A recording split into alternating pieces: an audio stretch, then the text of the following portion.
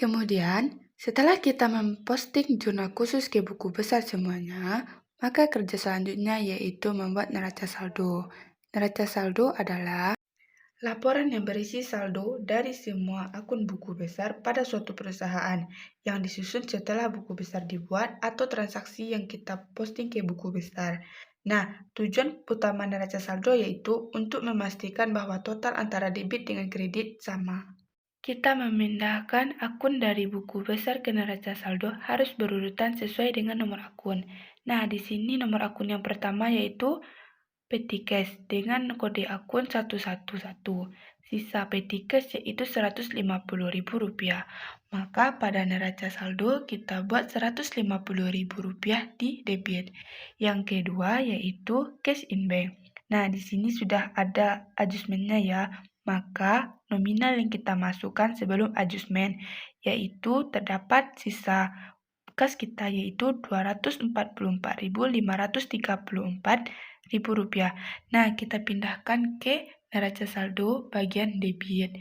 Yang ketiga, ada akun receivable atau piutang dagang. Sisanya yaitu sebelum penyesuaian ada Rp16.650.000. Nah, pada neraca saldo yaitu kita letakkan di debit sebesar Rp16.650.000. Kemudian yang keempat yaitu allowance for doubtful debt atau cadangan kerugian piutang. Sebelum penyesuaian terdapat Rp800.000, maka kita pindahkan ke neraca Rp800.000 tetapi di sebelah kredit. Kita memindahkan akun dari buku besar ke neraca saldo harus berurutan sesuai dengan nomor akun. Nah, di sini nomor akun yang pertama yaitu Petikes dengan kode akun 111. Sisa Petikes yaitu Rp150.000. Maka pada neraca saldo kita buat Rp150.000 di debit. Yang kedua yaitu cash in bank. Nah, di sini sudah ada adjustmentnya ya. Maka nominal yang kita masukkan sebelum adjustment yaitu terdapat sisa kas kita yaitu Rp244.534. Nah, kita pindahkan ke neraca saldo bagian debit. Yang ketiga, ada akun receivable atau piutang dagang. Sisanya yaitu sebelum penyesuaian ada Rp16.650.000. Nah, pada neraca saldo yaitu kita letakkan di debit sebesar Rp16.650.000. Kemudian yang keempat yaitu allowance for doubtful debt atau cadangan kerugian piutang. Sebelum penyesuaian terdapat Rp800.000, maka kita pindahkan ke neraca Rp800.000 tetapi di sebelah kredit. Kemudian sisa persediaan barang dagang kita yaitu Rp23.751.386. Pada neraca saldo kita taruh di sebelah debit sebesar Rp23.751.386. Kemudian untuk akun-akun berikutnya kita pindahkan sesuai dengan sisa saldonya dan meletakkannya di masing-masing saldo normalnya seperti yang tertera pada neraca saldo berikut. Nah, pada neraca saldo ini terdapat total antara debit dengan kredit yaitu Rp456.790.500. Saldo antara debit dan kredit sama ya. Setelah membuat neraca saldo, maka selanjutnya kita akan mengerjakan jurnal penyesuaian. Nah, apa itu kegunaan jurnal penyesuaian pada akuntansi dagang? Kegunaannya yaitu untuk memastikan laporan keuangan yang mencerminkan kondisi keuangan perusahaan dagang yang sebenarnya pada akhir periode. Nah, di sini pada nomor 1, persediaan barang dagangan sama dengan kartu persediaan yang kita buat pada sebelumnya. Nomor 2, perlengkapan yang tersisa yaitu Rp2.600.000. Nomor 3, di neraca saldo piutang dagang sebesar Rp16.650.000, penyisihan piutang tak tertagihnya sebesar Rp800.000, ditaksir di akhir bulan yaitu sebesar 10%. Nomor 4, beban sewa bulan 12 tahun 2024 adalah sebesar Rp1.500.000. Nomor 5, peralatan disusutkan sebesar 10%. Nomor 6, disesuaikan PPN masukan dan keluaran. Nomor 7, bank telah menagih piutang toko cantik sebesar Rp16.650.000 dan membebani biaya penagihan sebesar Rp20.000. Nomor 8, bank memberi jasa giro sebesar Rp500.000 dan biaya administrasi sebesar Rp100.000. Nomor 9, cek yang diterima UD Aisyah Fashion pada tanggal 31 Desember 2024 dari toko udara sebesar Rp16.650.000 ternyata tidak ada dananya. Nomor 10, pendapatan bunga sebesar Rp380.000. Nah, di sini kita akan mengerjakan jurnal penyesuaiannya. Bagaimanakah bentuk dari jurnal penyesuaiannya? Mari kita kerjakan satu persatu. Nah, pada penyesuaian persediaan barang dagangan, kita tidak perlu membuat penyesuaiannya. Kenapa begitu? Karena pada saat kita membuat kartu persediaan barang dagangan, sama dengan buku besar persediaan barang dagangan. Nah, pada nomor 2, yaitu perlengkapan yang tersisa 2.600.000. Sedangkan di neraca persediaan perlengkapan kita yaitu 10.600.000. Maka pada jurnal penyesuaiannya, pada tanggal 31 Desember 2024, supplies expense atau beban perlengkapan yaitu 8 juta di debit. Sedangkan perlengkapan kita yaitu 8 juta di kredit. Kenapa begitu? Karena pada neraca saldo tadi 10.600.000 dikurang dengan ini 2.600.000. Maka perlengkapan yang kita pakai sudah terpakai sebanyak 8 juta. Nah, maka begitulah bentuknya penyesuaian untuk perlengkapan. Penyesuaian nomor 3, yaitu saldo piutang dagang kita yaitu Rp16.650.000, sedangkan piutang tak tertagihnya yaitu 800. Nah, di akhir bulan ditaksir kerugian piutang sebesar 10%. Maka pada jurnal, 16.650.000 dikali 10% sama dengan Rp1.665.000. Nah, sedangkan pengisian piutang tak tertagihnya ada sebesar Rp800.000. Maka Rp1.665.000 dikurang Rp800.000 sama dengan Rp865.000. Maka pada jurnal penyesuaiannya, beban kerugian piutang yaitu Rp865.000 di debit, sedangkan yang di kreditnya yaitu cadangan kerugian piutang. Untuk penyesuaian nomor 4 yaitu beban sewa bulan 12 tahun 2024 adalah sebesar Rp1.500.000. Maka pada penyesuaiannya yaitu beban sewa sebesar Rp1.500.000 di debit dan sewa dibayar di muka Rp1.500.000 di kredit. Untuk penyesuaian nomor 5, peralatan disusutkan sebesar 10%. Sedangkan di neraca peralatan kita ada 5.900.000. Maka 5.900.000 dikali 10% sama dengan Rp590.000. Maka pada jurnal penyesuaian, beban penyusutan peralatan di debit sebesar Rp590.000 dan akumulasi penyusutan peralatan yaitu Rp590.000 di kredit. Untuk penyesuaian nomor 6, disesuaikan PPN masukan sebesar Rp14.162.500 dan PPN keluaran sebesar Rp19.723.000. Maka pada jurnal penyesuaiannya, PPN keluaran atau paid out sebesar Rp19.723.000, sedangkan PPN masukan di kredit sebesar Rp14.162.500.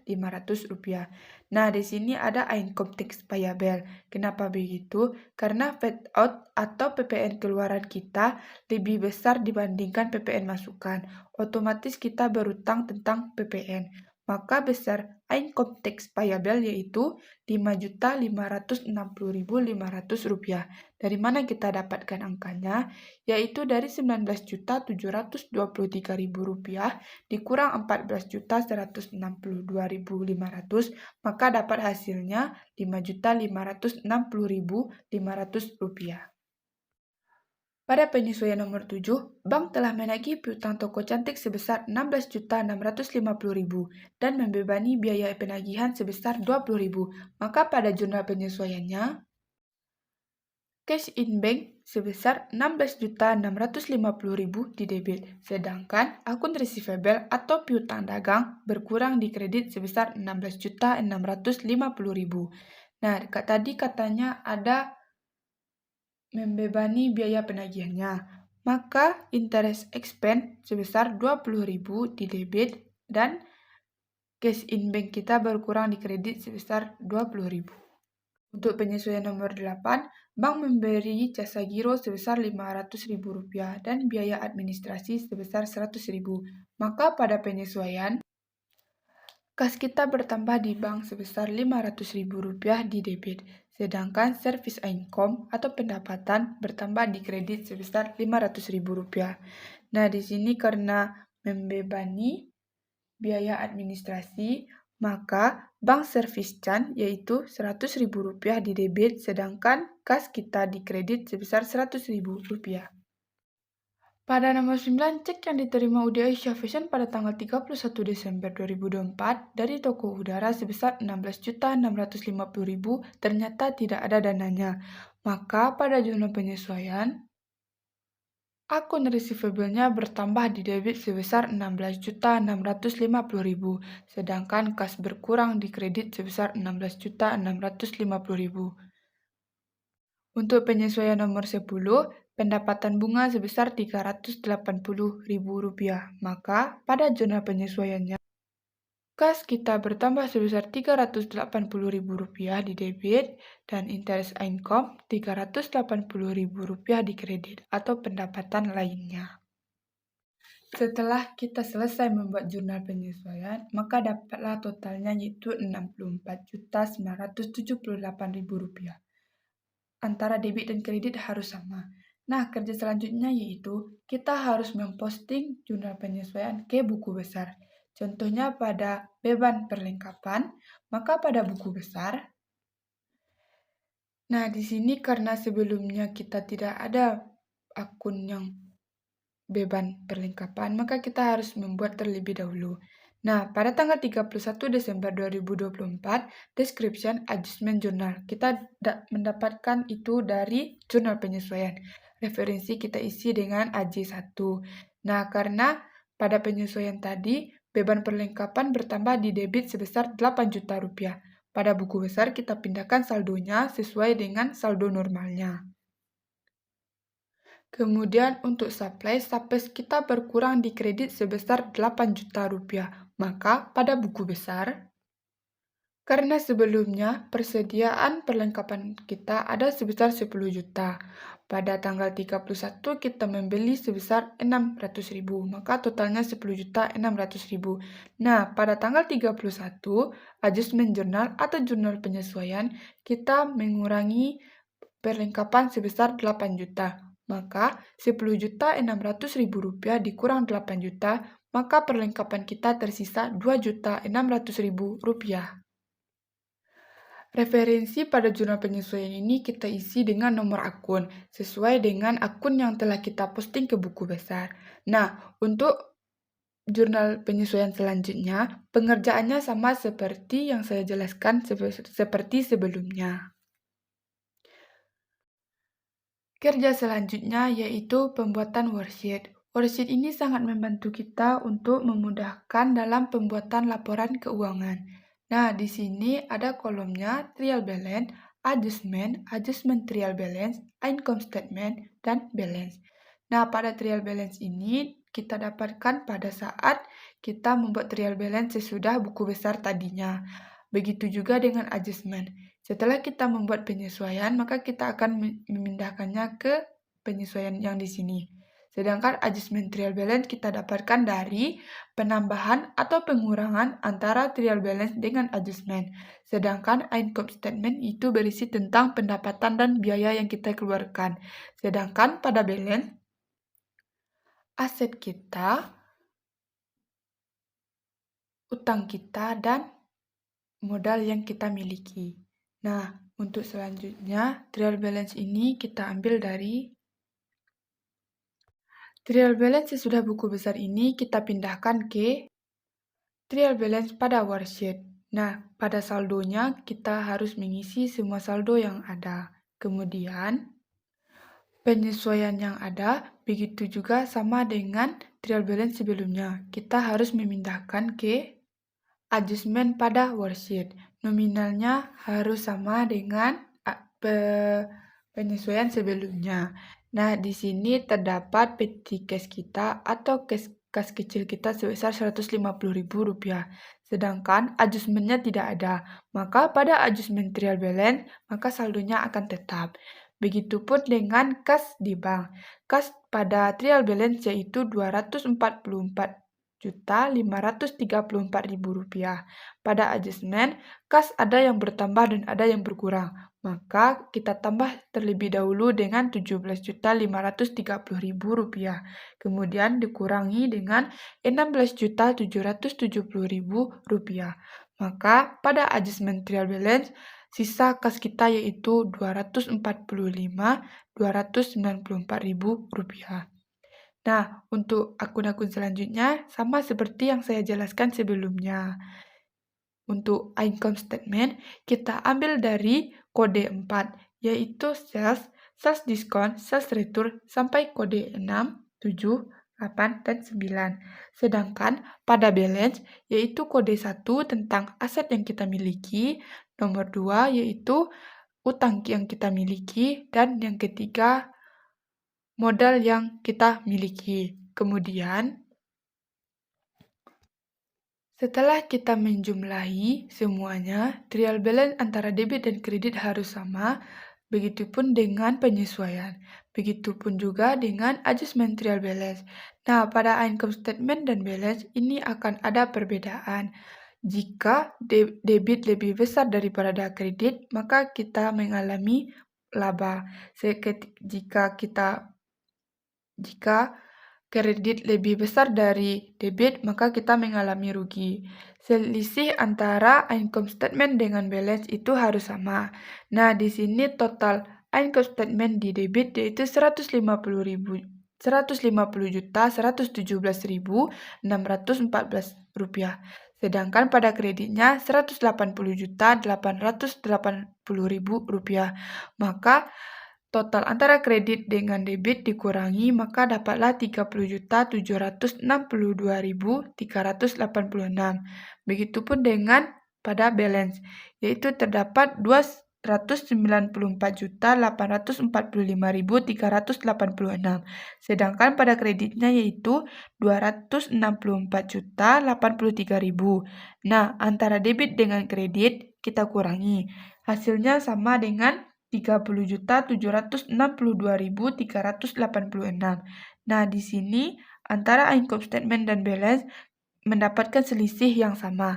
Maka kita mengalami laba.